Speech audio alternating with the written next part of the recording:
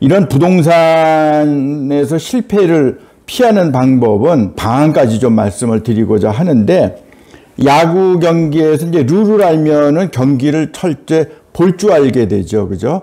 야구가 비교적 스포츠에서는 이제 좀 어려운데, 룰이. 그거를 경기를 볼 줄 알려면 우선 룰을 알아야 돼요. 그죠?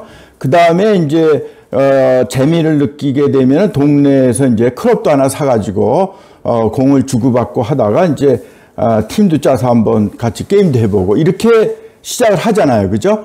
예, 부동산도 마찬가지입니다. 이렇게 이제 시작을 하는 거고, 그 다음에 이제, 동네 야구하고 프로야구 세계는 아주 다르죠. 그래서, 우리가 공부를 하면서 해야 될 거가 뭐냐 하면은, 할 거 하고, 안 할 거 안 하는 거. 그러니까 소위 말해서 뭐, 낄끼 빠빠라고 그러죠. 낄 때 끼고, 빠질 때 빠질 줄 아는 거. 이런 것들을 알아야 생존술에, 살아남는 겁니다. 그 다음에 이제 부동산 기초를 공부해야 되는데, 아까 말씀드린 것처럼 부동산 등기를 볼 줄 알아야 된다든지, 토지대장 같은 거를 또 어떻게 떼어야 되는지, 어디 가야 떼는지, 그리고 그 다음에 떼면 또 이게 무슨 내용인지, 뭐 이런 정도의 최소한도의 공부는 여러분들이 해야 된다. 이거 왜냐하면 생존술이다 이거죠. 그죠? 그래서, 아마 제가 볼 때 이게 부동산 사기를 당한 사람들은 이런 부동산 등기도 제대로 떼어보지 못했을 것 같아요. 그냥 중개사들 얘기나 믿고 그냥 한 거지, 이게 뭐 옆에 것도 이 사람 소유권이 있는 건지, 뭐 또 다른 데 것도 있는지, 뭐 몇 군데만 떼보면 돈 700원만 주면은 금방 그 주위에 있는 소유권을 누가 가지고 있는지, 뭐 소유권 가진 사람 나이가 몇 살인지, 자세하게, 그 주민등록 등본은 안 나오지만 나이는 거기에 나오니까요. 몇 년생이라고 하는 정도는. 그러니까 그 정도만 알아도 나이 21, 뭐, 7, 8살 된 사람이 그 뭐 아파트를 50개, 60개 가지고 있다 그러면 일단 이상한 일이죠. 그죠? 그런 것들은 부동산 등기만 떼봐도 금방 알 수가 있는 거다. 그 다음에, 융자를 이제 우리가 은행을 이용할 때, 뭐, 은행도 이용하기도 하고, 또 뭐, 새마을금고 같은 데 가서 또 빌릴 수도 있고, 이제 여러 가지가 있는데, 이런 것들, 또 뭐, 부동산 중개사를 어떻게, 만나서 이 사람이 좀 이상한 사람이 아닌가, 믿을 만한 사람인가, 이런 것들도 좀 알아야 될 거 아니에요. 그죠? 그래서 이런 전문가들을 활용하는 방법을 우리가 알아야 된다 이거죠. 그죠?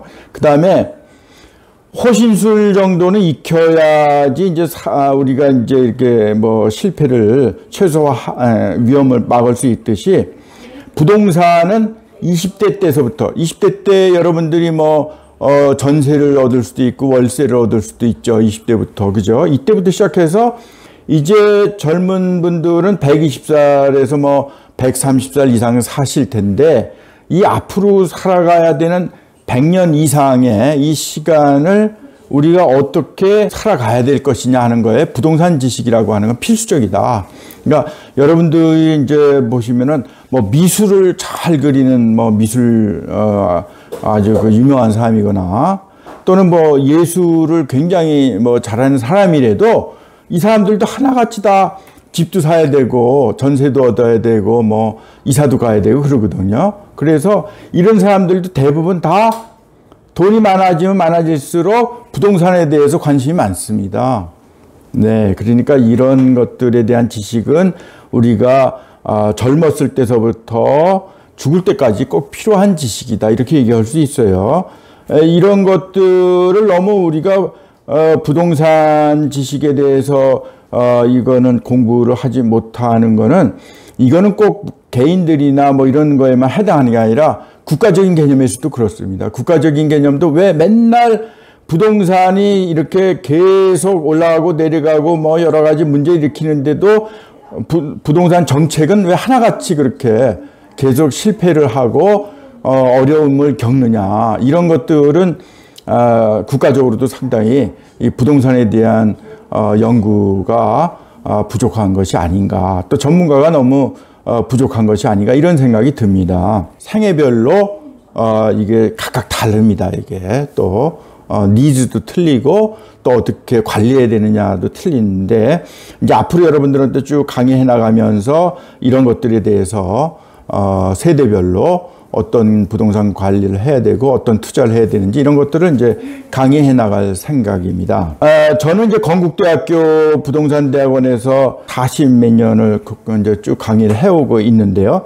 이때 제 경험으로 보면은 총장님서부터 이사장님까지 아주 관심이 많으십니다. 네, 같이 만나서 뭐 식사를 하든 같이 운동을 하든 제가 부동산을 전공하니까 꼭 이제 관심 있게 물어보시기도 하고 또 신문을 보시더라도 자기는 먼저 부동산 기사는 꼭 빼놓지 않고 본다 이렇게 얘기를 하시는 이야기를 들으면서 이거는 건국대학교 총장님만 그런 게 아니라 다른 대학교에서도 다 경험하는 거니까 이게 학자라고 하더라도 누구나 다 부동산은 굉장히 아주 관심 분야다. 특히 건국대학 같은 경우에는 여러분들도 아시다시피 부동산 대학원은 아주 명문으로 유명하죠. 입학하려고 그러면은 5대1에서 10대1이 넘어가는, 현재도 그러니까요. 그런데 이제 건국대학 같은 경우에는 부동산 학과를 만들어서 아주 성공한 그런 케이스의 학교죠. 우리나라에서 최초로 부동산학을 시작한 학교이기도 하고요. 그런데 이 학교에서 재미나는 거는 이 학교 자체가 부동산 투자로 성공한 학교입니다. 더 클래식 500이라고 하는 호텔 거치 전원 그런 것이 굉장히 성공을 했어요.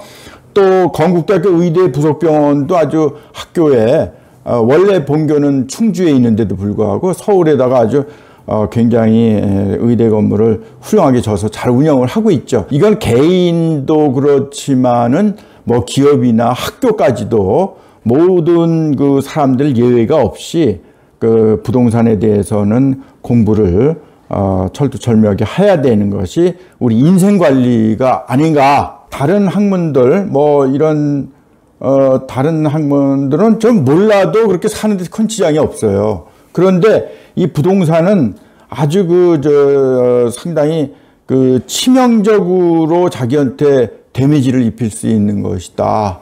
이렇게 얘기할 수 있어요. 그래서 사실은 제가 생각할 때는 설사 내가 국문학과를 나왔더라도 또 내가 수학과를 나왔더라도 시간을 내서 이렇게 이진욱 교수가 강의하는 하다못해 유튜브 방송을 통해서라도 공부를 하실 필요가 있지 않는가 이런 생각이에요.